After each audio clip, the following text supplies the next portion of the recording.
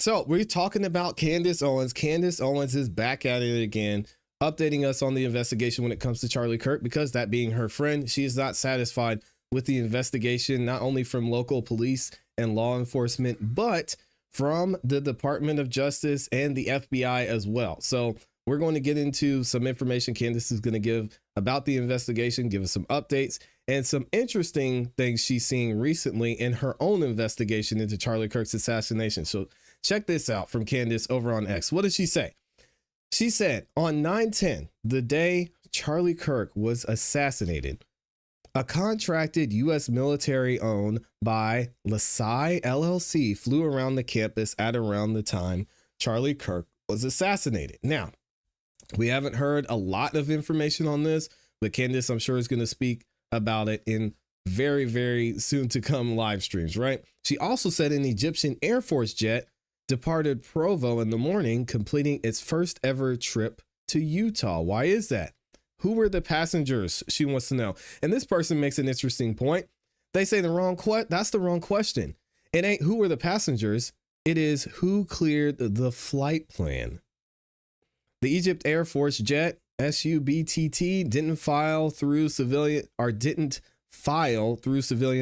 channels.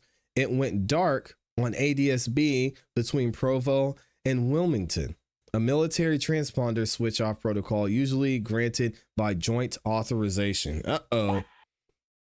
Secret fact buried deep. Only NORAD can greenlight a foreign state aircraft to cross U.S. airspace under radar silence. That approval doesn't come from Utah. It comes from D.C. And that's where the story really starts. I need to save this one as well. Could be something, could be nothing. I don't believe in coincidences here. Also, Candace points out, so when it comes to the man who actually, it's an interesting story about this guy. He ended up getting fired and losing his job. People found out who he was and put him on blast because he was up cheering. At first he said, oh, well, I was just cheering because I was trying to be defiant towards the person who killed Charlie Kirk. Stop the cap. Bro, come on, man. Nobody believes that, right? And then Candace says, so this is sort of crazy, but the man that cheered after Charlie Kirk got shot has actually never been fully identified. He is known only as David. And Candace Owens is trying to get in touch with him because someone sent me some more or other relevant footage of him. Does anyone know who she meant to put this is? If you do, you can reach out to Candace. I think it's tips@candaceowens.com or something like that. Let's actually get into the video. Candace is going to break it down for us. Here we go. All right, a couple of updates for you. We're getting all of your emails, and I want to tell you we're working on everything, okay? It's like an investigation that never stops. It's just trains that are slowly moving as we get answers. And like I said, even that I've been sitting on for a while. I'm waiting for people to react, see what people say, because I need to know who's guilty. Of what, I don't know, but I need to watch people lie.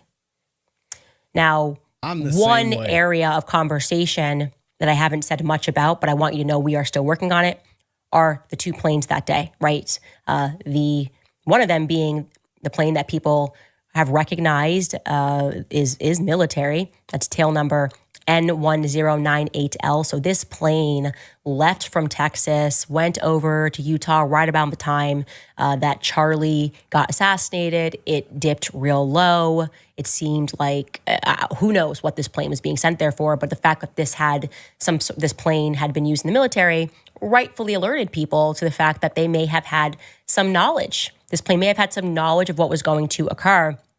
But one thing I want to clarify for you is that that plane was being contracted. You guys noticed that it was owned by ClassE Aviation LLC. We are awaiting more information, but I just wanted to let you know that you recognize that. It is strange. It did happen. There's no question. I've been saying from the beginning, this was a military operation. It's very obvious. The more you peel back the onion, it is very obvious that this was a military operation. So it's fitting that you would have a plane that the military certainly uses. Who would contract that sort of plane? Now, this would be a very easy question for Kash Patel to answer. Hey, Kash Patel, most transparent ever, except when it comes to Epstein. What's up with this plane? Certainly, you have knowledge of who contracted this plane. The answer, if you're being transparent, is going to be like, oh, just a coincidence. just a coincidence. Somebody decided to take a vacation flight from Texas over Utah to do a little circle and return back home. It happens all the time. When you're bored and you just have an unbelievable amount of money, that's what you do. We're not going to get those answers from Kash Patel about that plane. We're not even getting straight answers about the other plane.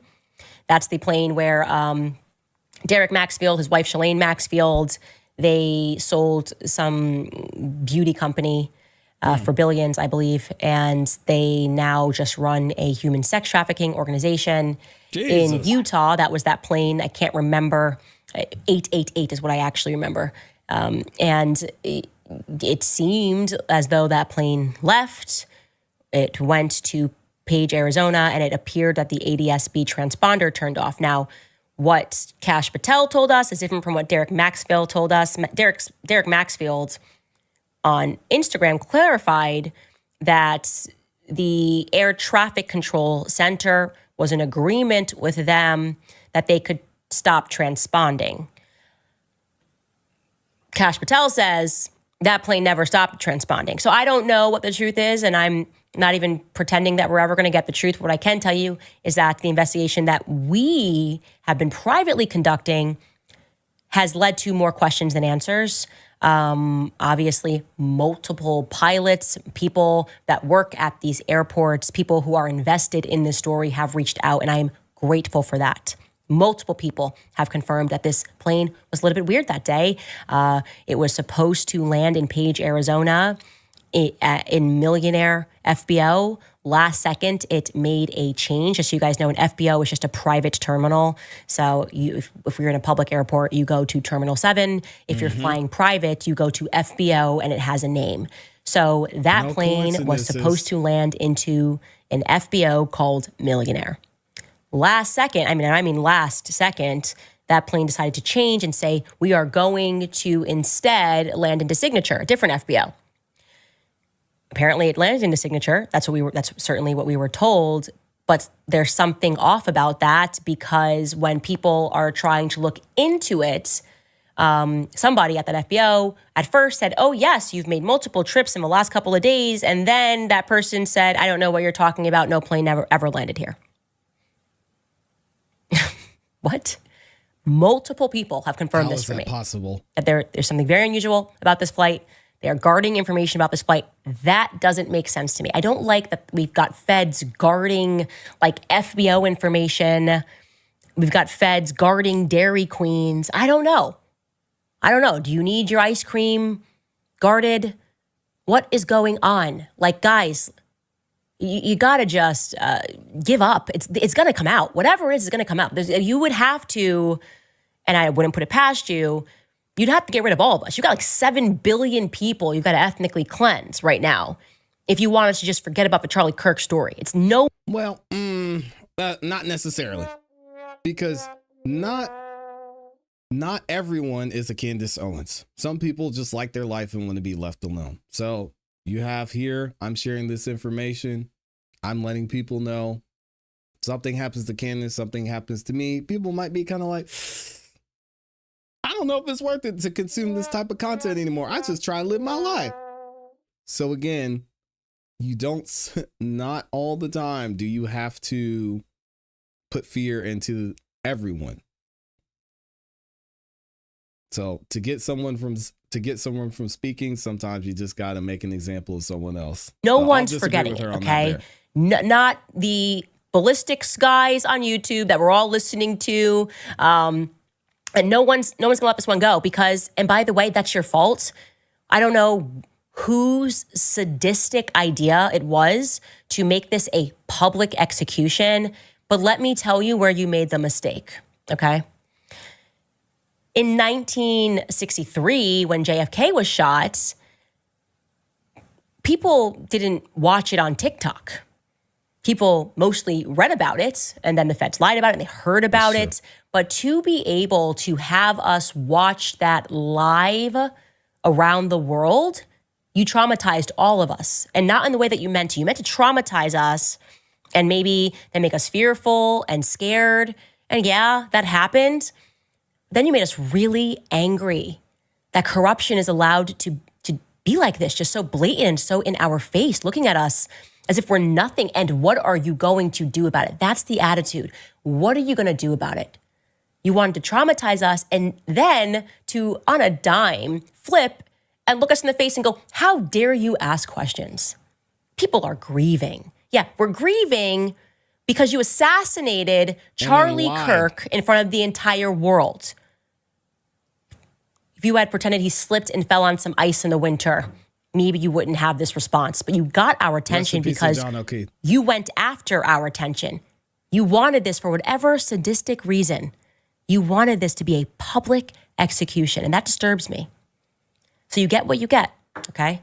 This is the internet generation. You get TikTokers that are asking questions. You get our military guys. You get our ballistic boys. You get the TikTok medium psychic ladies. You get everybody. All of us are here, okay?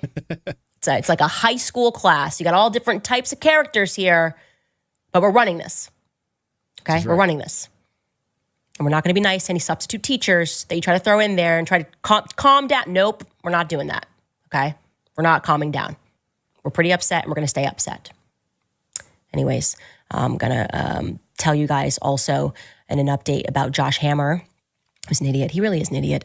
First and foremost, just funny. I should have pulled it up. He also brought up his book. He issued a statement about the retreat weekend. Josh Hammer just lies through his teeth all the time. And so he was releasing a statement about how wonderful the Hamptons retreat was and that him and Seth Dillon totally did not press Charlie on anything. And in this public statement, he mentioned his book again. He said, like, I came to the Hamptons because Charlie wanted me to bring signed copies of my book. I mean, wacky. I mean, this man, it's always appropriate if you're Josh Hammer to promote your book, which is just amazing. Anyways, his response yesterday to our episode was to release text messages between him and Charlie following the call. Great. It lets us know that the call happened at the exact same time that we figured it would actually happen in our timeline, that it had to have been an evening call before he tweeted public execution in this 3-hour window. But these are the messages. We should read them. Charlie Kirk, thank you for your help, guys. A totally standard response that you say no matter what. Exclamation point. And then I assume this is Josh Hammer that replies and says, good luck at the campus visit start. Don't hesitate to let me know or any of us know how we can help. What's your first stop tomorrow, by the way? And I felt like that was weird because I feel like his whole story was that Charlie was reaching out to him because he wanted help to strengthen his debate. He needed tips on how to, because he just loved Israel so hard that he was like, give me the best talking points so I can go out there and I can defend this state. And I know that like a couple hours ago, I was really angry and I said, I'm done with the pro-Israel lobby, but now I just love you so much that I want to get on the phone with you and have you, who could not beat me in a debate, teach me how to debate. Now, again, this is an interesting point Candace makes because it's clear that Charlie Kirk was having some trust issues. There was people he trusted, people he didn't trust, and was one of the main reasons why he was implementing a Doge type of sector of Turning Point USA, because he wanted to find out where money was going, who was getting money, who was spending money. And it sounds like Charlie was just at a place to where he knew some things were going on and something wasn't right. And it makes you wonder, was he withholding information from certain people who were even in his smaller circle? Josh Hammer seems like he might not be as close to Charlie Kirk as he thinks. That's what he told us. So we're supposed to believe that he didn't know where Charlie was debating, but that was what the call was about.